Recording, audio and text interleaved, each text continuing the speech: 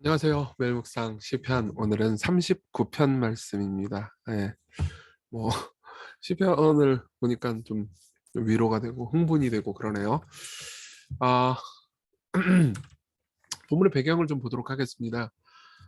시편 39편에서 다윗은 좀 복잡한 상황에 있는 것 같아요. 명료하게 다윗이 어떤 상황인지 좀 알기는 어렵습니다. 근데 13절에 보면은 건강을 회복시켜달라라고 말하는 걸 보니까는 건강 문제도 있는 것 같고요. 그리고 여러 부분에서 죄와 억울함을 토로합니다. 되게 복잡한 상황인 것 같아요. 우리가 흔히 좀 안 좋은 일이 겹쳐 있는 그런 상황인 거죠. 그래서 그 복잡한 심정을 하나님께 토로하고 하나님의 구원을 바랍니다. 근데 되게 재밌는 게 뭐냐면요. 1절하고 3절을 보면 이런 표현이 나와요. 내가 말하기를 나의 행위를 조심하여 내 혀로 범죄하지 아니하리니 악인이 내 앞에 있을 때 내가 내 입에 재갈을 먹이리라. 그러니까 내 혀로 하나님 앞에 사람들 앞에 말함으로써 사람들에게 막 풀려고 하지 않는 거죠. 예. 그리고 3절에 보면 내 마음이 내 속에서 뜨거워서 작은 소리로 읊조릴 때 불이 붙으니 나의 혀로 말하기를 이렇게 이야기를 해요. 그러니까 무슨 말이냐? 사람들에게 말하지 않겠다. 사람들 앞에서 침묵하겠다라고 결심을 해놓고 내가 하나님께 말해야겠다. 내 혀로 하나님을 향해서 말해야겠다. 이렇게 이야기를 하고 있는 셈인 거죠. 그 하나님께 그럼 뭐라고 말하는지 한번 볼까요? 자, 본문 먼저 읽어드리겠습니다. 내가 말하기를 나의 행위를 조심하여 내 혀로 범죄하지 아니하리니 악인이 내 앞에 있을 때 내가 내 입에 재갈을 먹이리라 하였도다. 내가 잠잠하여 선한 말도 하지 아니하니 나의 근심이 더 심하도다. 내 마음이 내 속에서 뜨거워서 작은 소리로 읊조릴 때 불이 붙으니 나의 혀로 말하기를 여호와여 나의 종말과 연한이 언제까지인지 알게 하사 내가 나의 연약함을 알게 하소서. 주께서 나를 한 뼘 길이만큼 되게 하심에 나의 일생이 주 앞에는 없는 것 같사오니 사람은 그가 든든히 서 있는 데에도 진실로 모두가 허사뿐이니이다. 진실로 각 사람은 그림자같이 다니고 헛된 일로 소란하며 재물을 쌓으나 누가 거둘는지 알지 못하나이다. 주여 이제 내가 무엇을 바라리요? 나의 소망은 주께 있나이다. 나를 모든 죄에서 건지시며 우매한 자에게서 욕을 당하지 아니하게 하소서. 내가 잠잠하고 입을 열지 아니함은 주께서 이를 행하신 까닭이니이다. 주의 징벌을 나에게서 옮기소서. 주의 손이 치심으로 내가 쇠망하였나이다. 주께서 죄악을 책망하사 사람을 징계하실 때 그 영화를 좀먹음 같이 소멸하게 하시니 참으로 인생이란 모두 헛될 뿐이니이다. 여호와여 나의 기도를 들으시며 나의 부르짖음에 귀를 기울이소서. 내가 눈물을 흘릴 때 잠잠하지 마옵소서. 나는 주와 함께 있는 나그네이며 내 모든 조상들처럼 떠돌아이다. 주는 나를 용서하사 내가 떠나 없어지기 전에 내 건강을 회복시키소서. 네, 본문을 좀 다시 좀 들여다보겠습니다. 다윗은 이렇게 얘기해요. 내 혀로 범죄하지 않겠습니다. 악인이 내 앞에 있을 때라도 내 혀로 그를 대적하기보다는 내가 인내하고 참겠습니다. 왜 그런지는 우리는 다 알지 못합니다. 근데 말해봤자 소용없다고 생각할 수도 있고요. 그리고 말함으로써 문제가 해결되지 않는다고 믿는 거죠. 사실은 우리도 마찬가지입니다. 이게 그러니까 여러분들이 힘든 일이 있을 때 목회자들이나 여러분들이 신뢰할 수 있을 만한 사람들에게 말하면서 위로와 격려를 받지 말라는 얘기가 아닙니다. 그렇지만 우리는 그걸로 구원을 찾으려고 할 때가 종종 있을 수 있죠. 우린 공동체가 필요하기 때문에 그걸로 서로 위로와 격려를 받아야 합니다. 그렇지만 그 가운데서 우리는 누군가를 뒷담화하고 싶은 욕구를 풀기도 하고요. 그리고 누군가에게 원망하고 분노를 뿜어냄으로써 내가 저놈한테 날카로운 말 한 방 먹였어. 기분 나쁘게 해줬어. 해가지고 은근한 복수심을 채우기도 하죠. 근데 이제 그렇게 하지 않기로 한 거예요.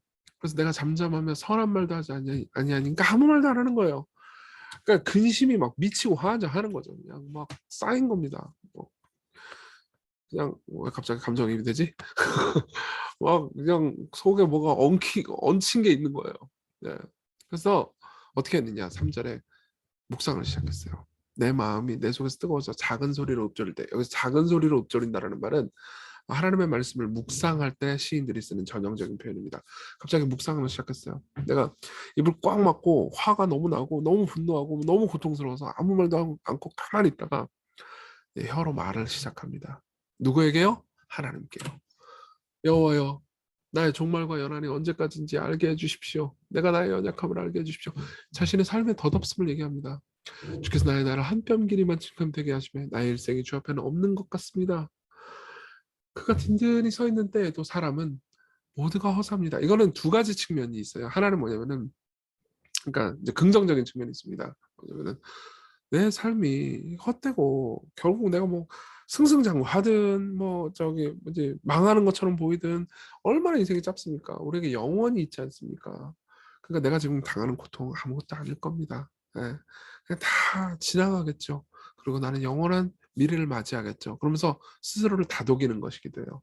그러면서 진실로 각 사람은 그림자같이 다니고 헛되는 일로 소란하며, 우리 입장에서 살면서 너무도 중요하고 너무너무 원통한 것들 있잖아요. 그걸 영원의 관점에서 보면은 헛된 일이다. 그래서 헛된 일이라는 말은 쓸모없다 이게 아니고 가벼운 일이라는 의미입니다. 우리한테는, 나한테는 너무너무 중요하고 힘든 일이잖아요. 저도 이 코로나 2년 겪으면서 이게 진짜 내 인생이 망할 것 같고 그런 생각 되게 많이 겪는데, 또 영원의 관점에서 보면은 다 하나님의 섭리 안에서 그분의 뜻 안에서 이루어진 일이구나라는 생각을 하게 되겠죠. 그러면서 재물을 쌓으나 누가 거둘는지 알지 못하나이다. 누가 부자 되면 내 막 속 썩고 내가 왜 거기 투자를 안 했을까? 내가 미리 좀 돈 좀 떼어서 그 주식 좀 살 걸, 이런 생각이 들잖아요. 근데 모르는 거라는 거죠. 인생은 너무 짧고요. 그렇죠? 그러면서 주여 이제 내가 무엇을 바랍니까? 내 소망이 주께 있습니다. 이 7절이 절정입니다. 생각해보니까 이제 하나님을 바라는 거죠. 내 모든 죄에서 건지시며 오만 자에게서 욕을 당하지 아니하게 하소서. 지금 상황에서 나를 구원해 주세요. 내가 잠잠하고 입을 열지 아니하면, 내가 입술로 분노하거나 막 사람들을 의지하지 않으면 아니하면 주께서 어쨌든 선을 행하시기 때문입니다. 주의 징벌을, 내가 지금 당하는 고통을 옮겨주세요. 내가 지금 망할 것 같습니다. 그러니까 원망도 있고요. 또 소망과 신뢰도 있는 거죠. 복합적으로 나타납니다. 주께서 죄악을 책망하사 사람을 징계하실 때 영화를 좀먹은 같이 소멸하게 하시니 참으로 인생이란 아무것도 아닙니다. 그러니 하나님, 내가 지금 적들이 승승장구하는 것 때문에 분노하고 좌절하지도 않고, 그럴 때 내가 힘든 것 때문에 내 영원히 망할 것처럼 생각하지도 않겠습니다. 그저 내 기도를 들어주시고 부르짖음에 귀를 기울여 주십시오. 저는 그냥 나그네일 뿐입니다. 내가 눈물을 흘릴 때 잠잠하지 마세요. 저는 주와 함께 있는 나그네일 뿐입니다.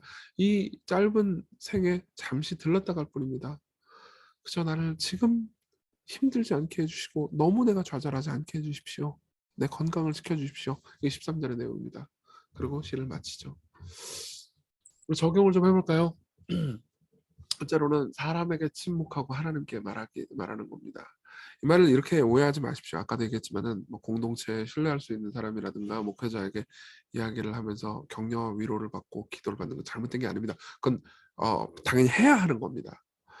그러나 우리는 사람한테만 말하고 하나님께 말하지 않을 때가 많습니다. 근데 진짜 자기 연민과 분노를 느낄 수 있는 능력은 하나님과의 교제부터 오거든요. 하나님께서 나와 함께 하시는 것, 그리고 그분이 나를 돌보시는 것, 내 인생은 짧다는 것, 그렇지만 하나님께서는 영원을 준비해 놓으셨다는 것. 그러니까는 그런 불평과 원망이 있어도 하나님께 가져가셔도 됩니다. 그렇죠? 팀 켈러 목사님 이렇게 얘기해요. 하나님은 친히 지으신 피조물들이 문제를 두고 불평하는 것을 허락하셨을 뿐 아니라 그 울부짖음을 말씀 속에 기록하셨다고요. 기록하셨어요. 기억하십시오. 둘째는 예수님을 보는 겁니다.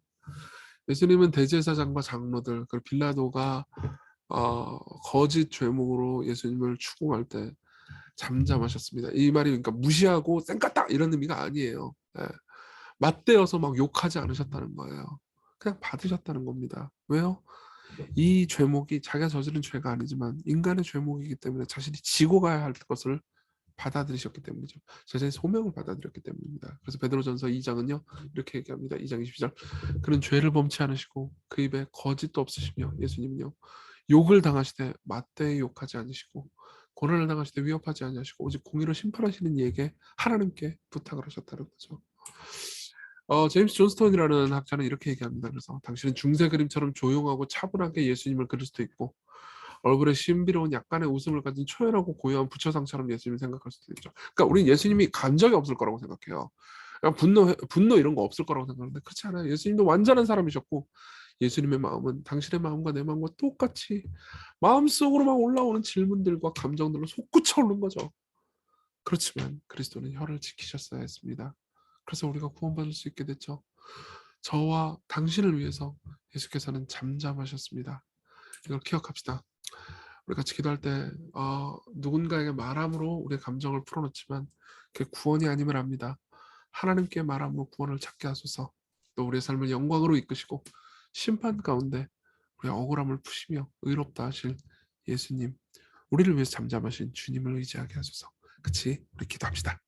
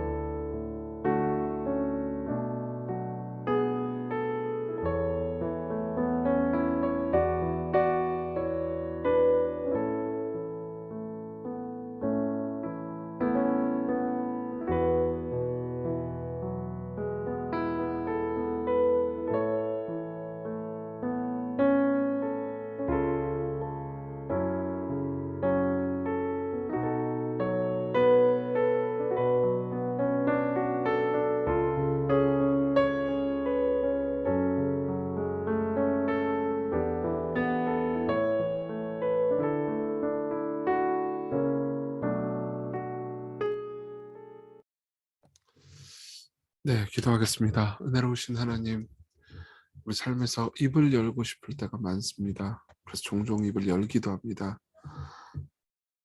그것이 우리에게 위로를 줄 때도 있고 평안을 줄 때도 있지만 궁극적인 위로와 평안은 하나님과의 교제 안에 있음을 믿습니다.